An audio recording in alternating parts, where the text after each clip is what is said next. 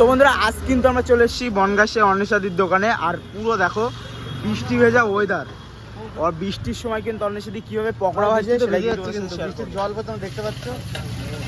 বৃষ্টি হচ্ছে কিন্তু অন্বেষাদি কিন্তু তাও ঘামছে। দিদি কারণ কি? কারণ টেনশন হচ্ছে নাকি? ঘামলে ভালো হয়। দেখো বৃষ্টি ভেজা ওয়েদারে কারেন্ট নেই, দিদি অন্ধকারের ভিতরে কিন্তু পকোড়া ভাজছে। আর দেখো অবস্থা দেখো যায়, আর ব্লগারদের অবস্থা।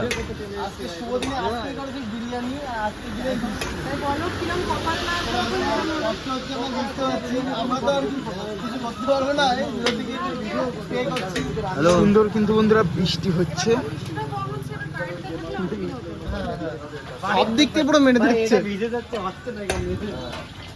যাই হোক চলো, দিদি এখন ভাজছে পকোড়া ডিপ ফ্রাই।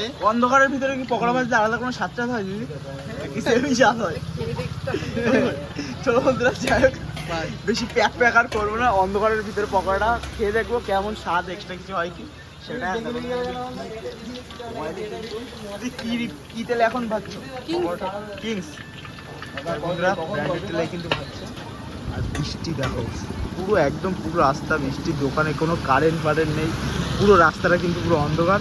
আমরা চলে এসেছি বৃষ্টির ভিতরে ভিজতে ভিজতে, এখনও নির্দিষ্ট ভিজ কন্টেন্টটা পাওয়ার জন্য। দেখো যাই হোক বন্ধুরা, ভিডিওটা এই পর্যন্তই। পকোড়া খাই কেমন লাগে দেখি, চলো বেশ দেখো ভিডিও।